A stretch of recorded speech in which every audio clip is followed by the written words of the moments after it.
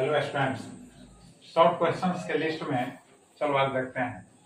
आज का पहला क्वेश्चन, आकाश नीला दिखता है क्यों? अब देखो, एक ही तरह के क्वेश्चन पे एक जगह हम लिखे हैं भाई, अब इजिली याद हो जाएगा, घबराने की बात नहीं है।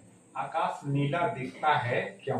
पहले भी हम बता चुके हैं कि भाई जब प्रकाश जो है ना, वायुमंडल से होकर गुजरता है तो उसका प्रकीर्णन होता है, तो सभी रंगों का प्रकीर्णन एक जैसा नहीं होता है। तो हम बताए थे कि ऐसे बैगनी का तो कम होता है तरंग दैर्घ्य, लेकिन नेत्र जो है, मानव नेत्र उसके प्रति संवेदनशील नहीं है, लेकिन नीला जो रंग है उसका तरंग दैर्घ्य कम होता है, उसका भी कम होता है और प्रकीर्णन अधिक होता है। क्योंकि तरंग दैर्घ्य कम होगा तो प्रकीर्णन अधिक होगा। साथ साथ मानव नेत्र इस रंग के प्रति ज्यादा संवेदनशील होता है। नेत्र का भी संवेदनशील होना है ना जरूरी है, हर रंग के प्रति संवेदनशील नेत्र नहीं होता है। तो यही कारण है कि आकाश जो है प्रकीर्णन अधिक होने का नीला दिखता है। अब इसी में बी में देखो, सुबह एवं शाम को प्रकाश को नेत्र पर पहुंचने में, जैसे बी यहाँ है, सुबह एवं शाम को क्षितिज लाल दिखता है, उसी का आंसर है यहाँ पर बी में कि भाई सुबह एवं शाम को प्रकाश की किरणों को लंबी दूरी तय करनी पड़ती है, तो बाकी सब रंग जो है ना, रास्ते में ही रह जाते हैं, उनका प्रकीर्णन हो जाता है। लेकिन मानव नेत्र पर कौन रंग पहुंचता है प्रकाश का? लाल रंग, क्योंकि तरंग दैर्घ्य ज्यादा है। अब इसको तो याद रखो यार, लाल रंग का तरंग दैर्घ्य ज्यादा है, अधिक जगह मतलब विभिन्न क्षेत्रों में लाल रंग यूज होते हैं, बात समझ गए? तो लाल रंग का तरंग दैर्घ्य क्योंकि ज्यादा है, इसलिए सुबह शाम में जो है लंबी दूरी तय करनी पड़ती है, तो लाल रंग आगे रहता है, बात समझ गए? तो इसीलिए आकाश का नीचे वाला जो भाग है जिसको क्षितिज कहते हैं वो लाल दिखता है। अब देखो, खतरे का चिन्ह भी लाल होता है, पता है तुमको? अरे भाई, जिसका तरंग दैर्घ्य ज्यादा होगा वही ना लंबी दूरी तय करेगा, बात समझ गए? और जब लंबी दूरी तय करेगा तो उसका हम उपयोग करेंगे।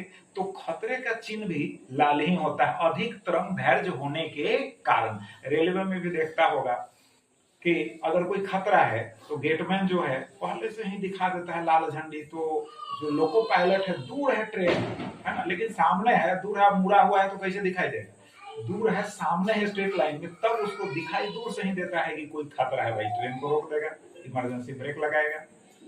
तो अब इस बात से तो आप अवगत हो गए। अब चलिए, अब इसी में है, देखो, प्राथमिक इंद्रधनुष एवं द्वितीयक इंद्रधनुष में क्या अंतर है? कभी कभी पूछता है कि इंद्रधनुष क्या है, कभी अंतर पूछ देता है। तो इंद्रधनुष का मतलब है कि वर्षा के दिन में होता क्या है, जल बूंद जो है, यानी पानी की बूंदे जो अटकी हुई रहती है वायुमंडल में, तो जब प्रकाश उस पर पड़ता है, आपतित होता है, तो उसमें अपवर्तन भी होता है, पूर्ण आंतरिक परावर्तन और साथ साथ वर्ण विक्षेपण भी होता है। तो रंगीन चापें दिखाई पड़ती है, उन्हीं रंगीन चापों को हम इंद्रधनुष कहते हैं। अब एक को प्राथमिक, दूसरे को हम कहते हैं द्वितीयक, तो दोनों में अंतर पूछ देगा। तो देखो, अब अंतर पूछेगा तो हम यहाँ बतला दिए, यहाँ तक तो ठीक है। इंद्रधनुष कहते हैं अंदर वाले चाप को प्राथमिक एवं बाहर वाले को द्वितीयक इंद्रधनुष कहते हैं। पहला पॉइंट हो गया।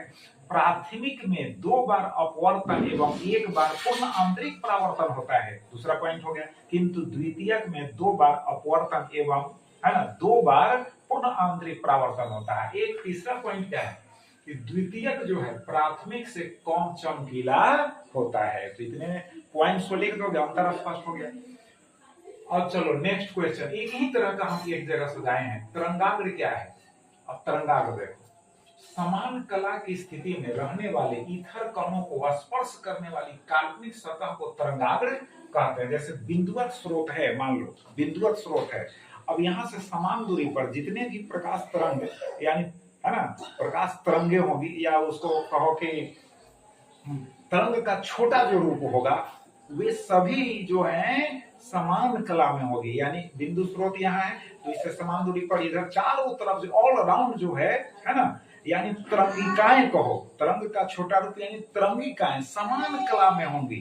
अब उन सभी तरंगिकाओं को जो समान कला में अवस्थित हैं, उनको स्पर्श करने वाली जो काल्पनिक सतह है, उसी सतह को कहते हैं तरंगाग्र। इसका 3 रूप होता है, गोलीय तरंगाग्र होता है, बेलनाकार तरंगाग्र होता है, एक समतल तरंगाग्र होता है। अगर निकट में कोई गोलाकार जिसे बल्ब है तो बल्ब रोशनी दे रहा है तो उसके चारों तरफ जो तरंगाग्र होगा गोलीय होगा।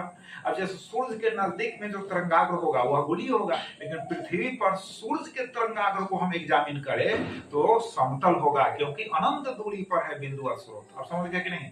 और अगर कोई लंबा जो है स्रोत है तो उसके कारण जो तरंगाग्र होगा वह बेलनाकार तरंगाग्र होगा। आप समझ गए?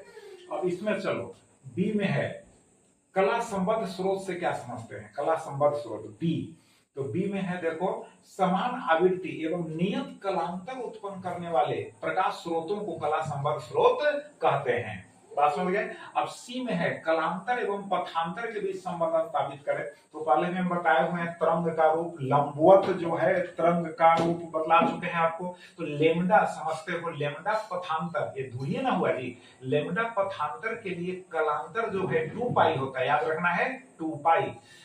तो इकाई के लिए कितना होगा 2 पाई बाई लेमडा।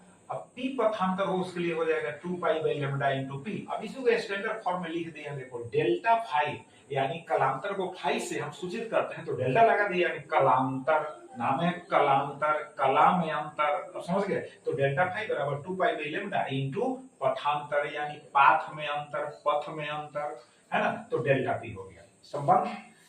अब देखो डी में क्या कहता है, डी में अच्छे व्यतिकरण की शर्तों को लिखे थे। अच्छा व्यतिकरण कब होगा यार? जब प्रकाश स्रोतों को कला संबद्ध होना चाहिए, यानी समान आवृत्ति की प्रकाश तरंगे उत्पन्न करनी चाहिए। स्रोतों से समान लिखिए दिए, समान आवृत्ति की तरंगे उत्पन्न होनी चाहिए। अब व्यतिकरण अब विवर्तन, ई में है व्यतिकरण विवर्तन। व्यतिकरण कब होता है? जब दो प्रकाश तरंगे आपस में मिलती हैं यार, अरे मिलने को व्यतिकरण, मिलने को क्या कहेंगे? व्यतिकरण। मुड़ने को कहेंगे है ना विवर्तन। जब प्रकाश के पथ में किसी अवरोधक को रखते हैं तो प्रकाश उसके किनारा से जो है मुड़ जाता है, समझ गए? तब ना उसका शैडो बनता है, जो अवरोधक है उसका छाया बनता है। बात समझ गए? तो इस घटना को कहेंगे विवर्तन, और जब प्रकाश तरंगे आपस में मिलती हैं तो उसको कहेंगे व्यतिकरण। बात समझ गए? तो यहाँ पर हम लिख दिए हैं, है ना, अंतर के रूप में। अब है पोलराइड क्या है? देखो यह एक क्रिस्टल होता है, समझ गए?